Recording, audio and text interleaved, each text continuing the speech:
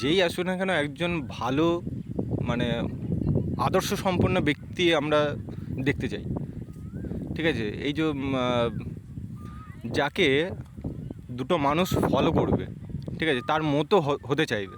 কিন্তু এই বর্তমান দিনে আমাদের কেমন কী করে বলি বলুন দেখি, এই দিদির মতো যেন না হতে যায়। এই দিদির মতো মতাদর্শন মানে লোকজন যদি হয়, সমাজের অবস্থা ইন ফিউচারে আরও খারাপ হবে। তা আপনার মতে নরেন্দ্র মোদী প্রধানমন্ত্রী থাকাকালীন আমাদের কতটা লাভ হয়েছে?